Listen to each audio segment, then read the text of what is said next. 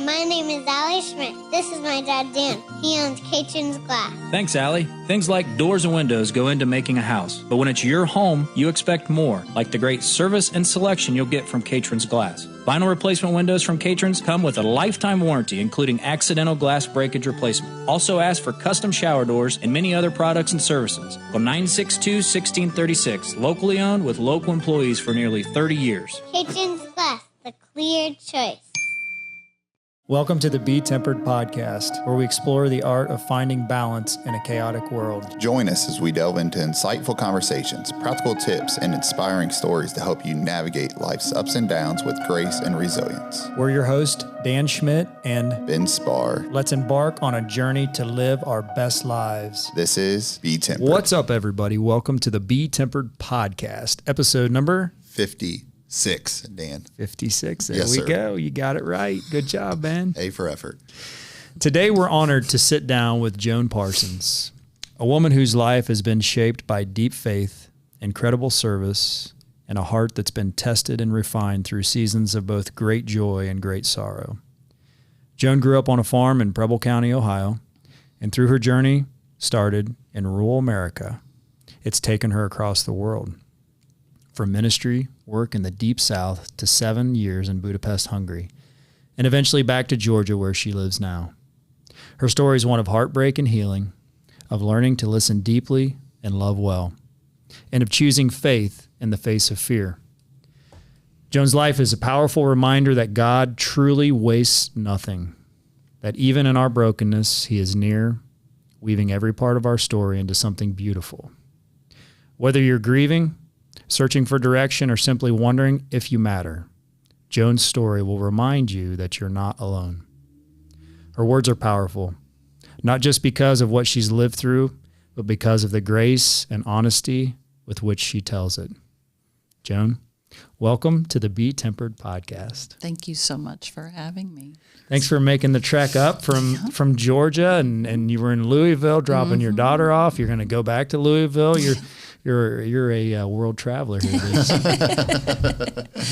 I have a card too that says "Welcome" when you enter a state. Do you have that? Yeah. Welcome to Ohio. I get a lot of welcomes on the way up from Georgia, so it's a friendly car. Yeah. That's great. That's great. Well, it's good to have you, and I know we met, a month or so ago, and had a very powerful conversation. Learned a little bit about you. You learned a little bit about me. We have a connection in the Rubble County area, the farming community. But I didn't know your story, and it's powerful. And I'm excited for you to share it. Excited for you to take the time to come in here today. So how we start every podcast is we like to start from the beginning. We want to know your story from childhood. So if you would, tell us about your childhood growing up in Rubble County. I loved growing up in Rubble County. I'm the daughter of a farmer. It's a multi-generational working farm still. My dad is 87, and my brother and his 2 children also work the farm now. So, but it was great. Being raised in Rubble County meant my life revolved around farm and fun, and my 4 siblings, I'm just one of 5, and we just had a great childhood. Mom and dad are incredible people and still are. Both are doing great.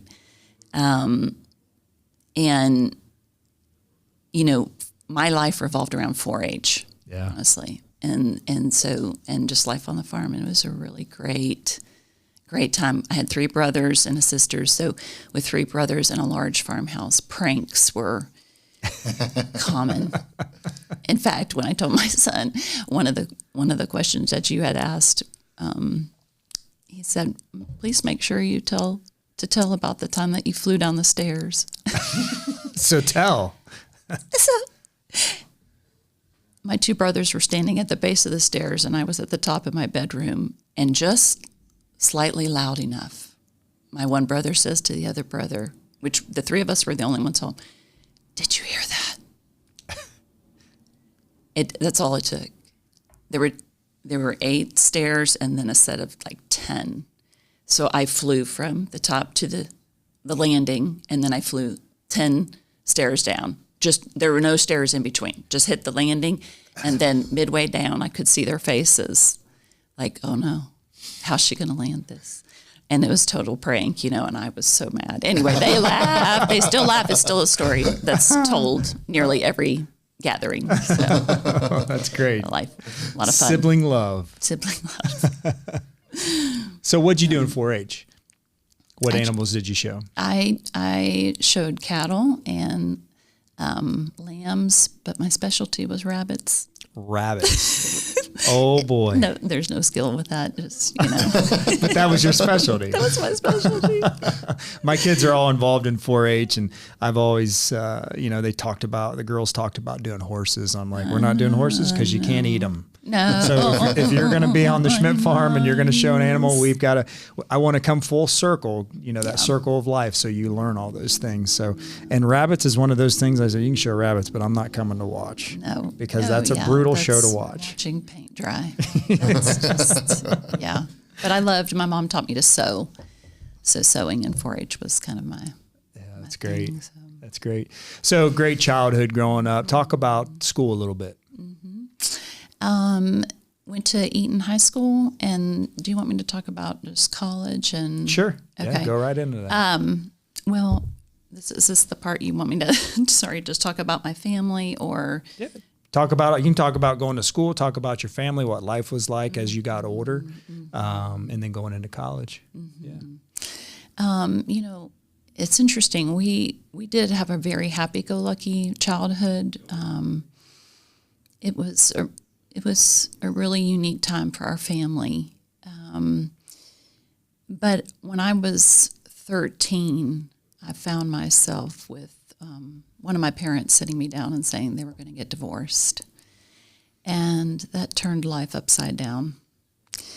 And in Preble County, years ago when I was little, it seemed that divorce was unheard of, which speaks sort of, really honestly highly of the rural towns, just that marriage is honored, and there's not that many, or at the time did not seem that many people divorced.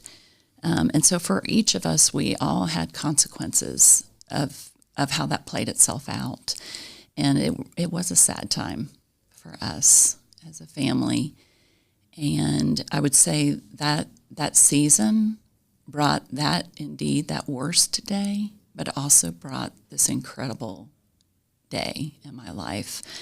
For me personally, just the hardship was I was just embarrassed. No child, you wouldn't think that would be kind of their emotion, but that was just where my heart was. I was involved in sports, again in 4-H, and so when those were public, moments, the parents weren't sitting together. And so those are just things as children that we absorb. Nobody put that on me. My parents are great. Nobody put it on me. It's just things that you absorb. But through that time, it was time I really cried out to God. We were raised in a religious home, but I was never fully sure that God was with me. And somewhere deep down, I thought that having divorced parents would be a strike against me. And I don't know why. Nobody told me that, But it was the furthest thing from the truth. And I love the Bible verse. This is just something that has stayed with me through the years. It says, "The Lord is close to the brokenhearted, and he rescues those whose spirits are crushed." Even as a 13-year-old, it doesn't matter your age. God wants to be near. He is near to the brokenhearted. And through my cries, just crying out to God for his presence and answers, he brought me somebody to clearly explain to me that I could have a relationship with God that would be permanent, and I would never have to fear whether or not he was there.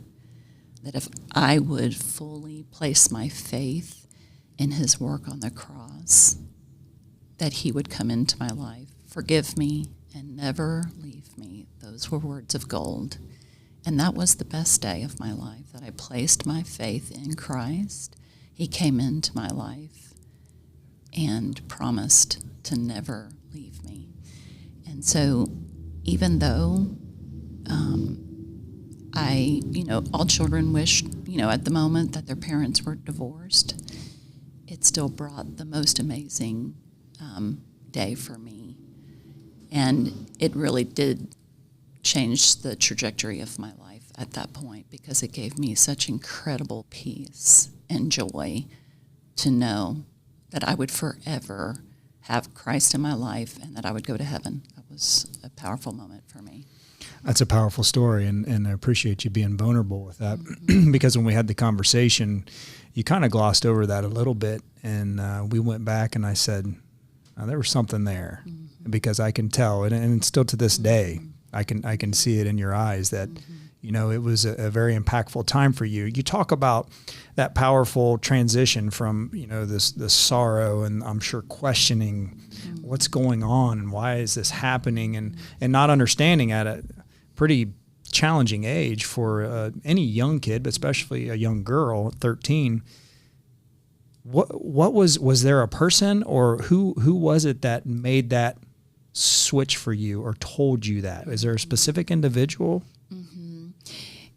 It was a person who explained that to me, but I don't know her name. Really? You just remember the impact that it had? I just remember the impact. It was profound. Yeah. Profound. And I think we all have that deep desire to know God. He put that within us. And when we cry out to him, he wants to tell us that. Just even on this podcast, how your stories of faith have been interwoven. People hear that, and they now know they can respond to God, and they can have Christ in their life and have full forgiveness and know that they have eternal life. It's powerful. Yeah, it is powerful. How did your siblings take all that?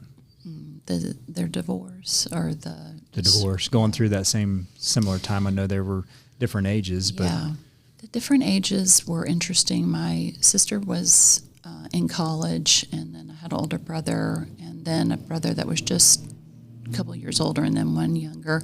I think at the time you just walk through it without conversation. Yeah. So you feel alone, and you don't even know what your emotions are doing. And each of us have a story that we walked through. And it's something that has brought us together in many ways. I love my siblings to this day. We have a really tight bond. And I think sometimes those hard, messy places bond you together with people that you never thought would happen. Yeah, that's where you find out who you are, who they are. You grow from it, you learn from it. Yeah, that's powerful, very powerful. One of the big things I take away, you use the word forgiveness. And so my parents, when they got divorced, it was a long divorce. I think it was I want to say maybe I was 19, and it went on until maybe I was 21, 22, because all the courts and everybody wanting different things. Sure. So one of the hardest things for me to overcome as a child of the parents that were divorced, even though I was an adult, right, was trying to, almost like one of your parents trying to put you against another, and you hear one side of the story and another side of the story.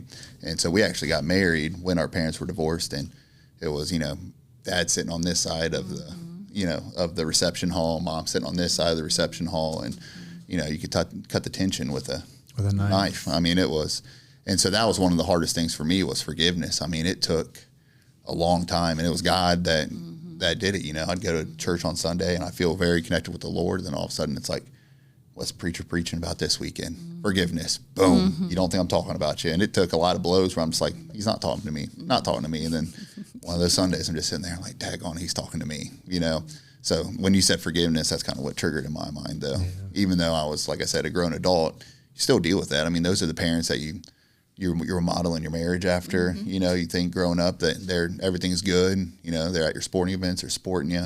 Then all of a sudden, even though you're an adult, and it's just like all of those memories and everything. It's like, well, how many of those were real? What was going on behind the scenes and stuff that you think about? So, yeah, I thought that was kind of interesting. I think too, this is a story of our lives in the area of forgiveness. Is sometimes we think to ourselves, okay, I'm going to forgive, and that's going to be it on that one thing. Like this, but then a week later, you're like, oh wait, but did I fully forgive? Somebody explained it to me and just said, forgiveness is daily. Mm-hmm. So whatever you remember that day, or if there's a triggering moment, just start the day in that posture of forgiveness. And if it comes up during the day, but I think sometimes we get hard on ourselves because we think, well, I didn't learn that lesson. Mm-hmm. I think it's a lifelong lesson that we have the opportunity because Christ is within us. And he is constantly pulling us to the Father and being in a place of forgiveness. And it's just a powerful thing. And it releases that over you when you think, oh my gosh, I have to, maybe I really didn't forgive. Well, yes, you did. It's just something else was brought up that you remembered, or another triggering moment that forgiveness is necessary again, and that's fine. Yeah. We need to be gracious with ourselves to walk through that. And just find that posture of just asking God, help me in that gap that I have right now where I'm trying to forgive. I feel like I'm forgiven, but just come over top me and just help me really fully. I mean, whenever I do that, I feel like it helps a lot. Well, and I think for people who hold grudges, who don't forgive, the only person that's really hurting is you. Mm-hmm. You're the one holding that resentment or that anger or whatever it is inside. And until you recognize that and you realize, you know what, we all make mistakes. Things happen in our lives, and we wrong people or they wrong us or whatever. But when we hold that in and we don't forgive, it's not hurting anybody but ourselves. So that's very important. Forgiveness is very powerful. So you get through that time in your life, you graduate high school, kind of talk about that transition from high school into college. Mm-hmm. Well, I went so far away down to Miami University, which was next county over.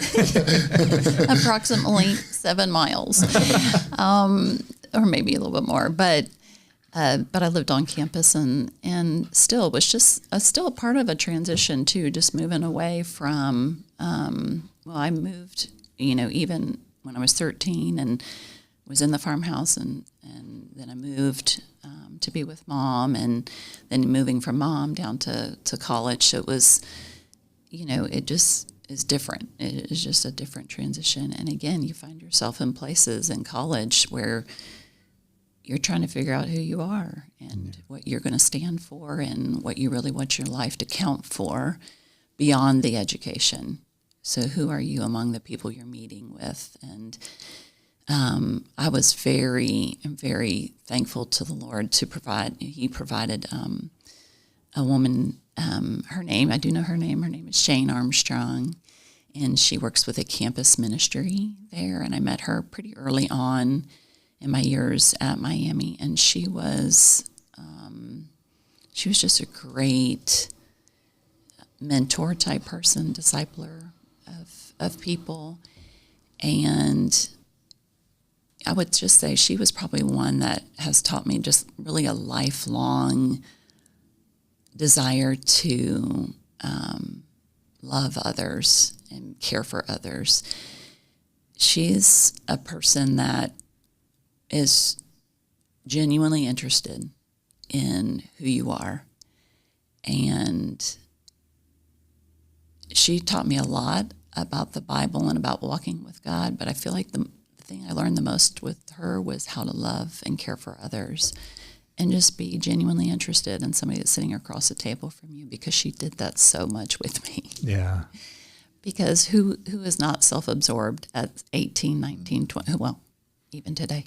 Yeah. But it was just so interesting that she would just sit and listen and ask good questions. And that has just stayed with me through many, many years, her heart in getting to know people. Even to this, she's still doing what she was doing that many years ago, 35 years ago. And she's it's really, it just feels like you are meeting with somebody that just really, I don't even know how to describe it. She was put here for you. Yeah. That's exactly how everyone feels. Yeah. Yeah. That's an amazing feeling Yeah. when you find someone like that, a mentor. I can see that in you. I can see that she rubbed off on you and how you interact with, I mean, we've only met twice, right? But I get that feeling from you. Like right now, you're listening to me intently. You're sharing your amazing story, and I can just see the care and the compassion. So she definitely had a major impact on you, and you in return are doing the same. So college is a challenging time. You know, like you said, you'd be pulled away from home. You're meeting people from all different walks of life. There's all kinds of distractions that you wouldn't have had probably in Preble County, Ohio. But when you step on the campus at Oxford, there's all kinds of things going on. So you were able to find that mentor. Talk about what were you studying, and what were you wanting to do when you first started? Well, I was a math education major, and I just found myself in that major because at the time I was good at it. And then after, it just seemed, it's interesting how God works, but in our lives, the more I was around Jane and the other staff, when I graduated Miami, I thought to myself, if I can help one person like they've helped me, that's what I want to do. And so I joined the International Ministry of Cru, or Campus Crusade at that time, that many years ago. It was just a very natural decision for me to want to do that. And through that process, you met a young man? Joined the staff of Cru and met my husband, Drew. And, we served at Auburn University and Southern Mississippi University. And you mentioned Budapest. We moved there in 1998. That was 8 years post-communist. And then we moved back to Atlanta. We had been there 7 years, and we moved back to Atlanta 20 years ago. So. Now, you just glossed over pretty quickly a lot of years. And countries. Yeah, years, countries. So you went down to Auburn. You were down in the South. And what were you doing specifically? Yeah, so on staff with Cru, it's our desire to reach students with the gospel. And so we would just be available on campus. We would have meetings. We'd have prayer times. We'd initiate with students. And that was our daily job, was to meet with students and share with anybody, the students who were interested and wanted to grow in their faith, or people who didn't know Christ and wanted to know the Lord. So we would have lots of times, lots of connection, meeting with students there. So that's what we did full time.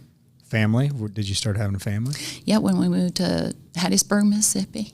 And I had two of my boys were born there, and it was great. We had great years.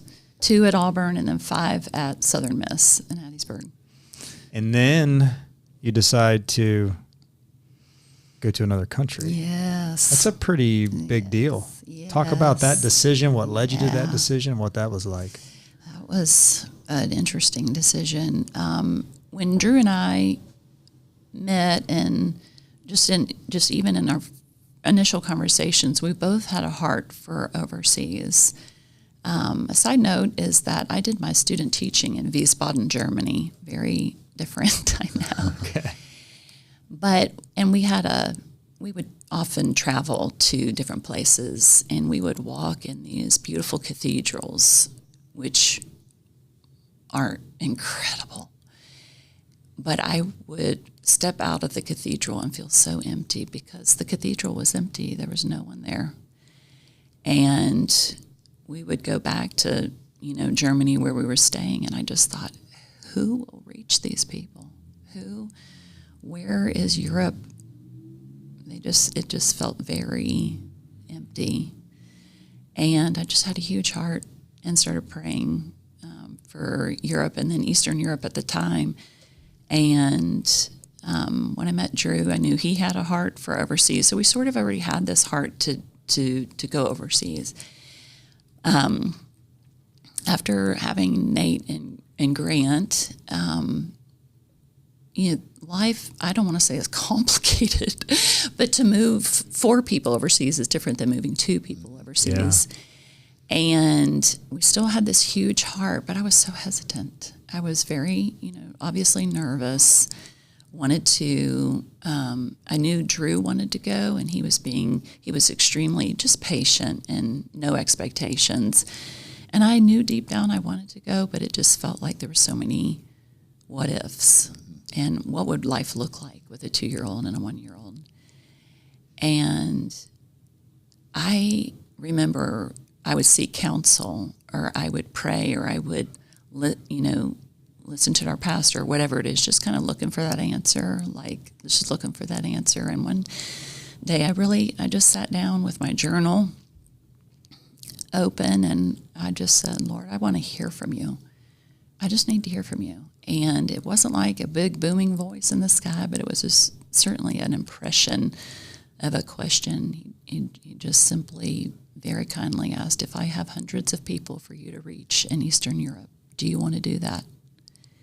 And it wasn't demanding or commanding. It was a question. And the question was given to me, like it was mine.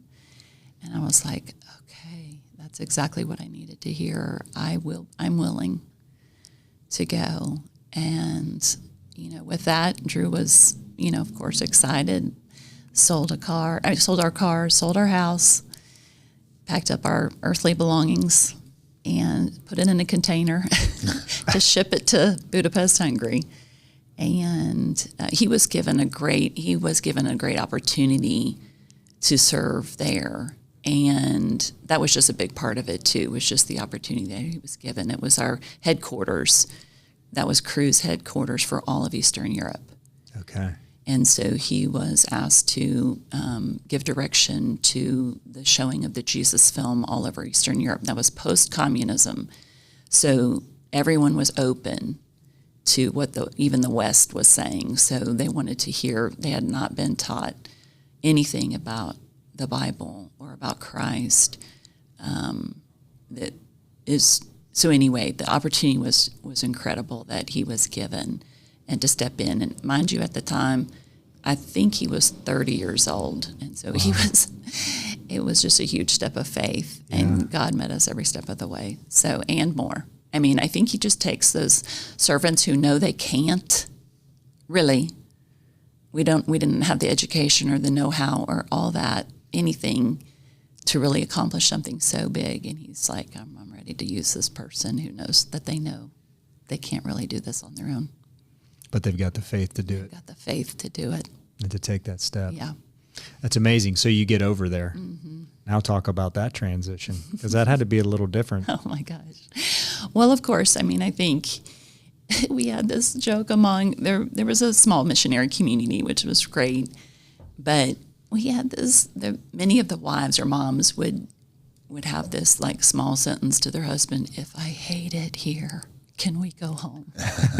And we'd say that the first week, almost all of us, because it was a struggle.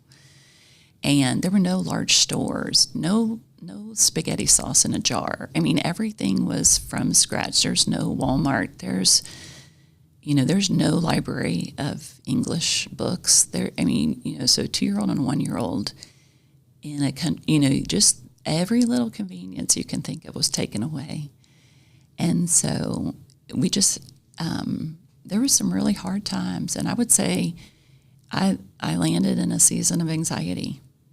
And that, for a farm girl raised in such a casual or, whatever setting, to land with such anxiety was so foreign to me. And it was just hard. It was hard to walk through. I'd wake up sometimes in the morning and Drew would say, are you okay? And I'd be like, no, I'm not. And anxiety is funny. You can't really put your finger on what it is.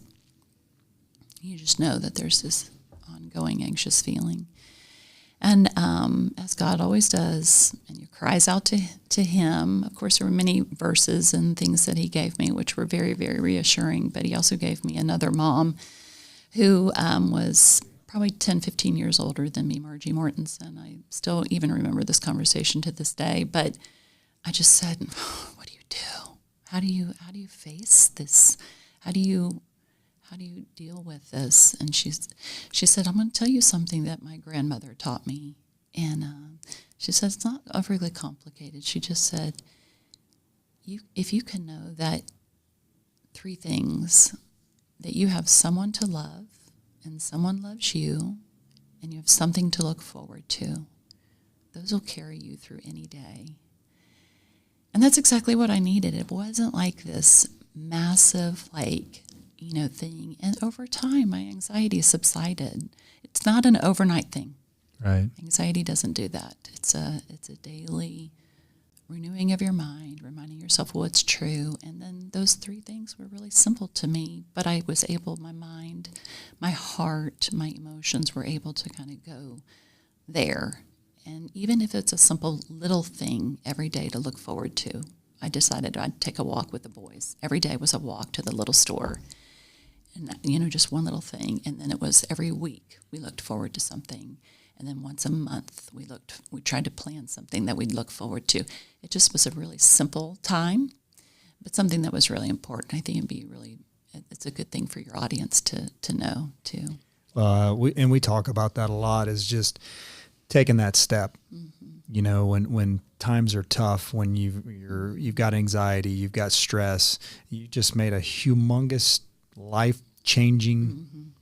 event, to go from the comforts that you had mm-hmm. to a complete different country where you, like you said, you couldn't go to the grocery store. You probably had to go to the local market where they were making the tomato sauce and doing all those things. So very unique and not something you were used to, mm-hmm.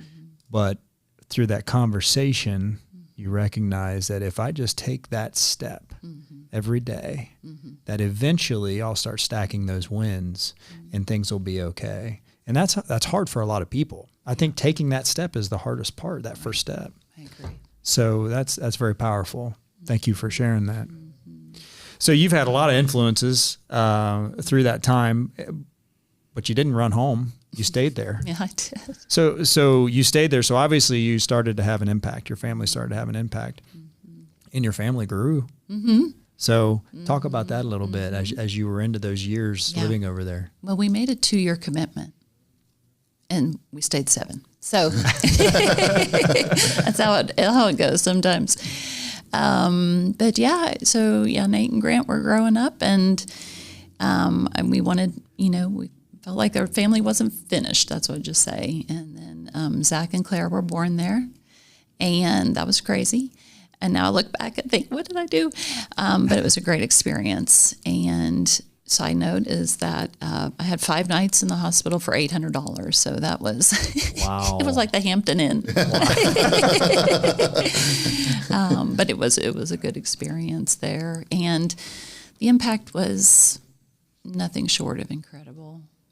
Drew was part of these widespread city campaigns of showing the Jesus film, and in Eastern Europe, and plus Russia, so it was 18 countries, and we'd see, on average, in a campaign, 10,000 people come to Christ. So it was powerful stories of things that were happening, even while we were just home having plain normal days. Yeah. Plain normal days. Was there ever a time you were afraid? 9/11 happened when we were there. So our embassy was very quick to make sure that everybody was safe and where they needed to, stay put. And it was interesting because our neighbors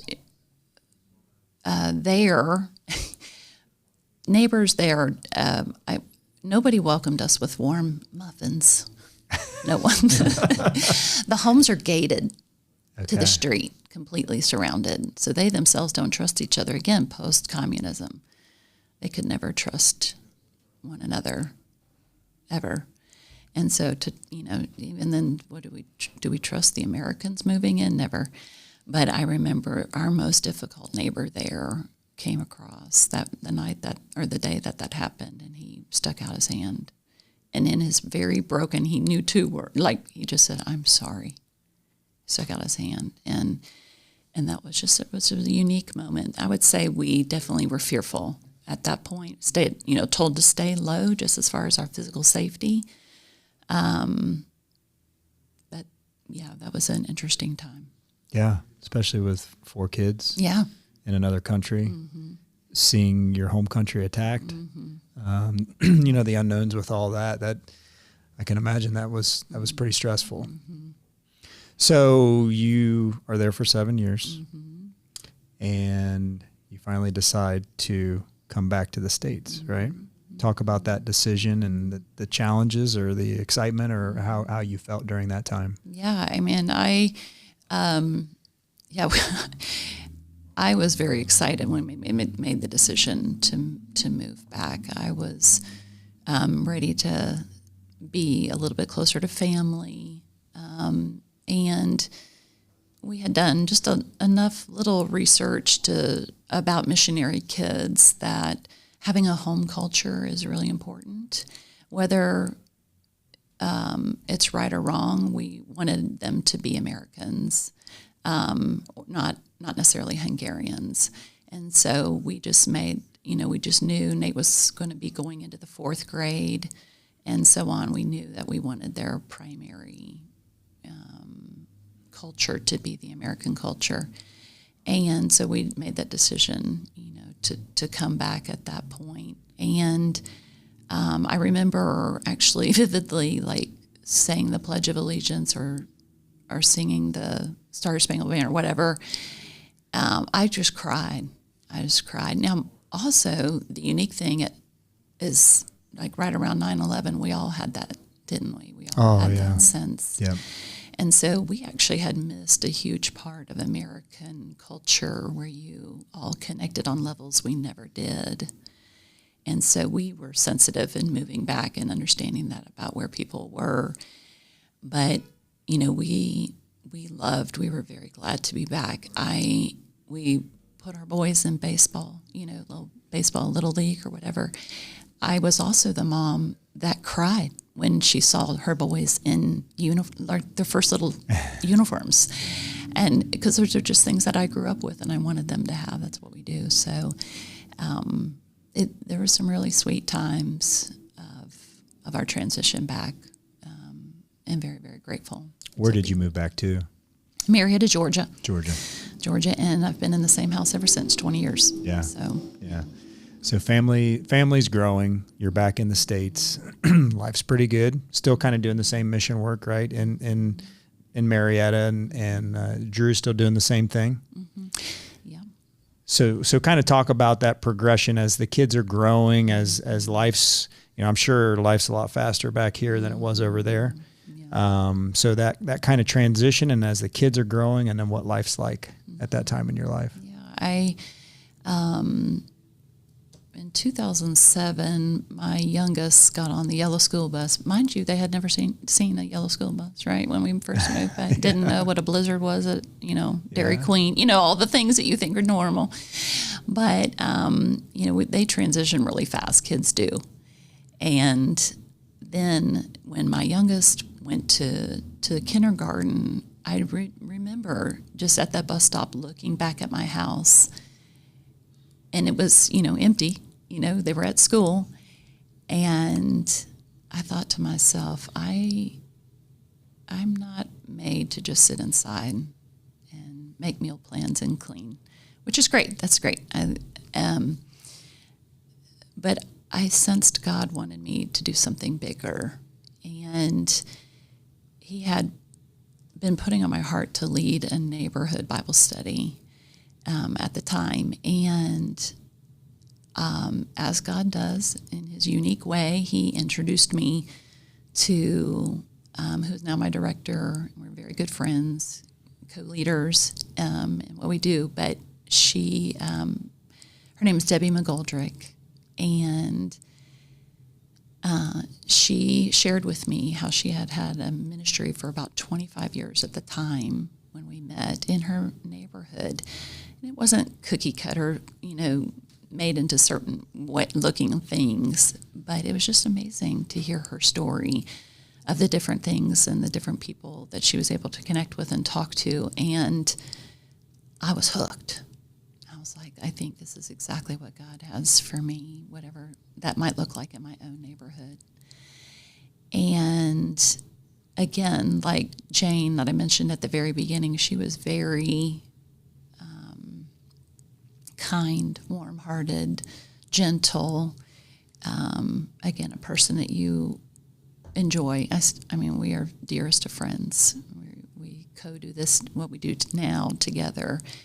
But at the time, it was just such an answer to prayer that we wanted to do this. I often, when I think about speaking or sharing, I think about Debbie, and I think sometimes I think of her as when you listen to her, it's like you're listening to a little kitten who's just sharing. Like, it's just the sweetest conversation that we always get to have with one another, and it's just been great. Yeah. Great relationship. So talk about how that kind of progressed. You hear that calling again that you've heard many times throughout your life, and you meet her, and talk about where that has went. Mm-hmm. Well, just the two of us would meet together and pray, and we interacted with each other because we were both on staff with Crew. And just a few years after that, we had led a couple of workshops in churches, and we're having conversations with people about how they could do that also in their neighborhoods. She received a vision of what God wanted to do worldwide, and that he just wanted to multiply this whole mission to the world. And so she and I, and there was a team of other women got together and we prayed. It was a weekend of prayer. And out of that was birthed a ministry called Neighbor Bible Study to Go. So NBS to Go. And it just began with a great vision that God had given her. And we just started putting the flesh on that vision, like what would that look like? And we decided to start with a website. And so we joke and we're like, well, we have two women who don't own laptops thinking we're going to start a website. It's a good starter kit. It's a good how not to start a good website. And so anyway, but we sensed that God was in it in ways that I love Debbie. This is our marketing strategy. Pray. That's it. That's a good one. And take the next step, whatever it is. So it started in prayer, and the whole thing has been about prayer. And now just fast forward 15 years, we've been, the website's been seen in 175 countries of the world. We have 13 Bible studies on our website that are easy to lead. With one person or in a neighborhood, we've kind of expanded the vision just to include neighbor. So, we can have neighbors. We are neighbors with everyone. What does that look like? Who's God calling you to have an impact in their life? And so we have 13 Bible studies in 55 languages on our website now. So, and then we began a partnership with YouVersion Bible app in 2020. And they liked what we were doing, and we wanted to expand there. And so we have over 110 plans on YouVersion and a lot of languages. I think like 45 languages there, but we've had more than 500,000 subscriptions to it. So, never underestimate two women without laptops and a really big God who wants to accomplish far more than you can ever ask or imagine. Yeah, Same with this podcast. Yeah. Started in a basement. Yeah. With two men with an idea. Yeah. And no microphone at the time. We had microphones, but they were nothing like this. Right. That's for sure. So the YouVersion Bible app, that's Craig Groeschel, right? Yep. I just heard him on his podcast talk about how that app will, by the end of this year, will have been downloaded 1 billion times. That's impressive. It is. And to be a part of that. That's Yeah. amazing. Yeah. We'll make sure that we share a link to your website on this episode so that people can check that out and hopefully continue to grow that. Yeah. Thank you. That's amazing. So life's still going on. You're doing all these things. The kids are growing. At some point in time, life comes to a screeching halt. Can you talk about that? Yeah, I in 2016, my husband passed away and life did come to a halt. It was very, very difficult, a very difficult time. My children were 20, 18, 16, and 14, so 2 at home, 2 in college. And we just found ourselves, I found myself in a season of grief. And I wanted to wake up with something other than grief to deal with. And it was just a season of that. And those are just real things you need to walk through. But through it again, crying out to God for answers, so to speak. I really felt like there were 2 things that he gave me during that time that really significantly impacted my life. And the first one was his presence. His presence felt very real to me. Again, he's near to the brokenhearted. He wants to comfort. He wants to care. He wants to be present. And that was very tangible to me, very tangible. And the second thing was the presence of friends. And I loved early on, somebody shared with me that an old Amish saying, and it's when you can't feel the presence of God, it'll come through his people.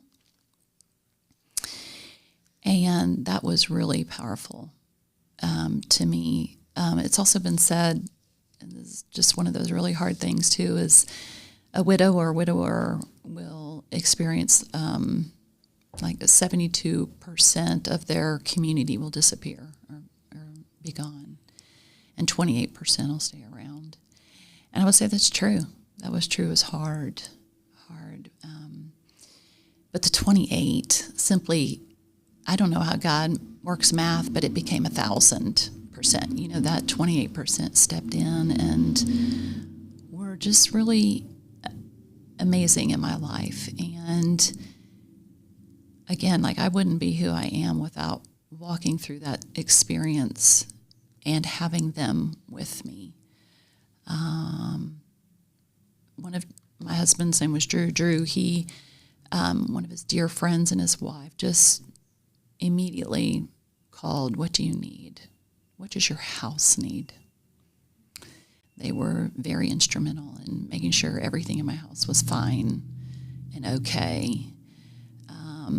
A neighbor around the corner had us over for a meal once a week for a year. Wow. A year. That's a long time. Yeah. It is. That's amazing. But their presence made us not feel alone and empty. My next door neighbors, quick to mow my grass, take out trash, things like that. I have a team of ministry partners. They were God's provision for me and still are. Incredible people. I can't believe I get to know.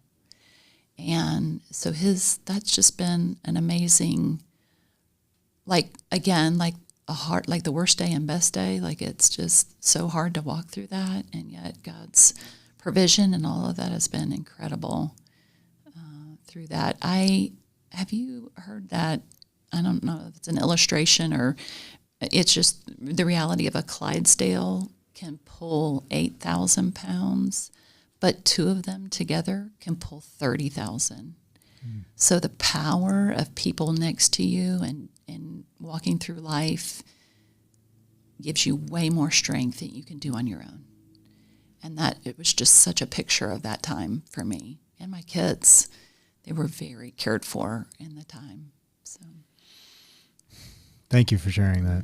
I know it's difficult. You know, you've lived your whole entire life being a faithful servant. When all that happened, did you ever step back and say, God, I've given you everything. Why would you take this from me? I think that's just natural. I think even it doesn't matter what you have missing or taken away, or there's always a temptation of that. You know, certainly with being a servant, you know, walking with Christ, and it comes on the faithful and the unfaithful. Man, you're amazing.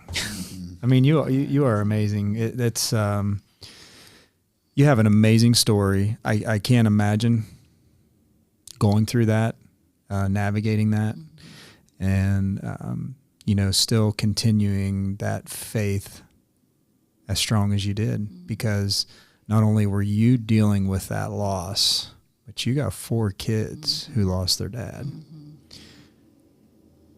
How did they handle all that? Again, back to each of them, you know, like for my story too, each of us individually walked through that on their own. And I would just say, you know, the 16 and a 14-year-old, I had gotten some really good counseling at the time. And he just kind of told me like the big things to look for in their life, and to engage them every day at night. How was your day? And for the first couple of months, just ask the question, how are you doing? You had any thoughts of Dad today? And the counselor taught me, if they answer more than yes or no, then ask another question. But if they answer just a simple yes or no, then that was what they needed for the day. And then that was stretched out. So then it became once every few days, once a week. But that it was an interesting time to process with them. Of course, I wish in the time you just think, now I think, oh, I wish I would have done this, or wish I would have done that. We all have those moments of that. And my older 2 were at college. I just didn't have my pulse on them as well, just trusting that they were in good places, and called a few people just to make sure that they were checked on and so on and so forth. But there were some really hard times. Well, and I don't mean to ask that to put you on the spot for that. I ask you that because there's somebody out there in the middle of it right now, trying to figure it out. Yeah. And, you know, in life, we're most qualified to help the person that we used to be, or the experiences that we went through. And so by you sharing that, I hope that there's someone out there, maybe someone's listening who knows of someone that can share how you were able to get through that time. And that counseling is a good thing. Oh, yes. It's a very important. Highly recommend. And faith is the most important thing, and it's okay to question it. Right, we're human beings, and when tragedy strikes, or when something happens that just knocks us off our feet, it's okay to question. You know, so you get through that. I'm sure you feel it every day. Yes. It's a struggle every day, but you keep taking that step, right? You keep doing what you're doing, and it's amazing. It's amazing. Thank you. So we always end the podcast with 2 final questions. And I noticed on your sheet, you gave me this nice answers, but these last 2 questions you didn't answer. So I'm anxious to hear what they are. Those were the 2 that she was hoping you wouldn't get to. I guess so. So if you could have a conversation with someone living or deceased, who would it be and why? Yeah, I didn't get to those.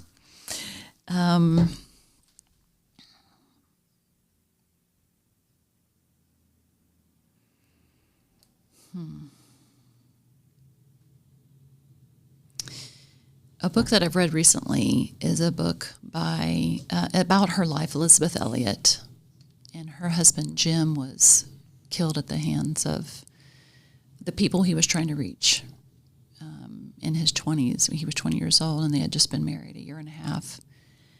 And Elizabeth goes on to lead this amazing, life of trusting God and having a great influence where she was. But she lived a very normal, life too, just hard things as well. And I would love to have a conversation with her and just hear, just personally.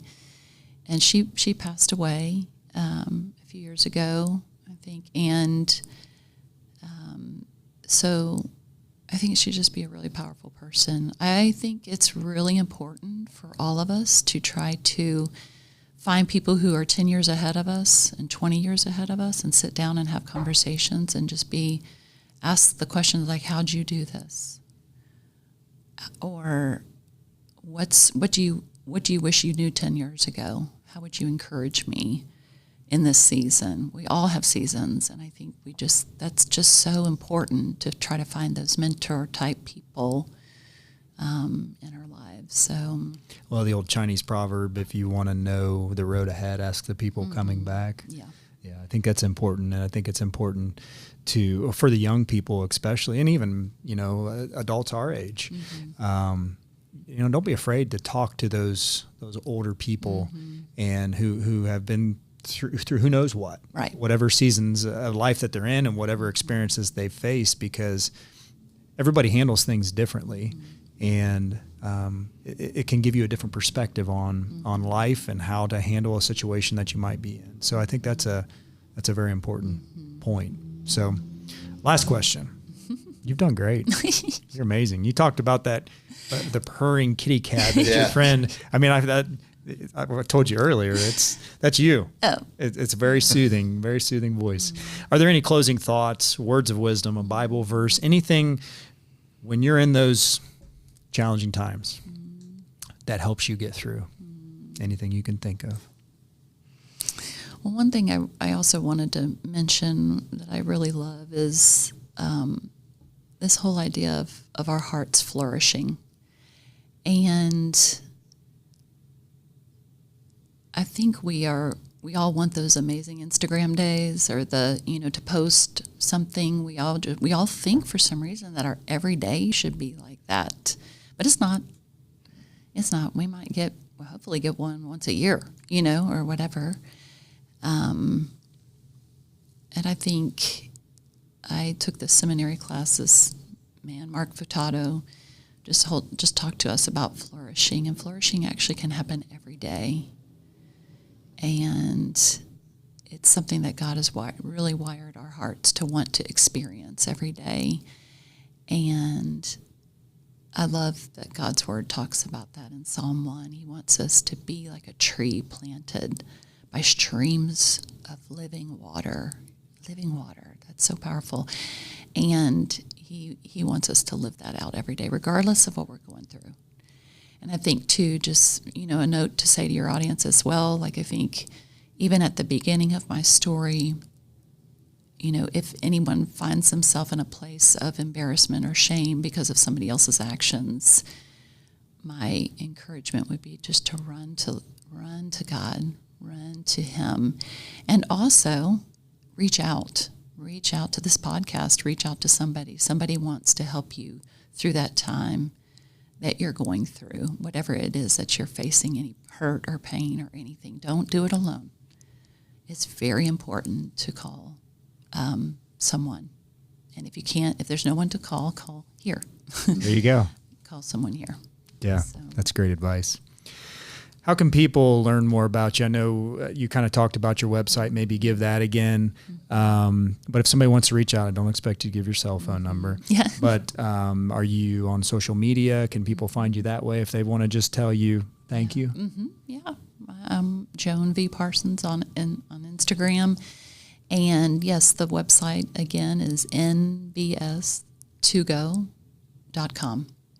And I'm also available on there if you email the contact us on there. That seems so out there when you're on somebody's website, do they ever look at this? Yes, we look at every one of them. We get lots of people who've connected with us there. That's great. So, yeah. That's amazing. Yeah. Joan has reminded us today that the hardest moments in life become the most defining if we're willing to learn, lean in, and trust God with our story. She's shown us what it means to be present, to keep showing up for others, to connect deeply, to listen well, and to believe in God, who is always near the brokenhearted. Her gentle strength is a powerful example that flourishing isn't found in perfection, but in faithfulness. So wherever this finds you today, whether you're in a season of doubt, waiting, transition, or heartbreak, remember this: you are seen, you are loved, and God is not finished with your story. Thank you all for joining us today. Joan, again, thank you for your time. We wish you safe travels home.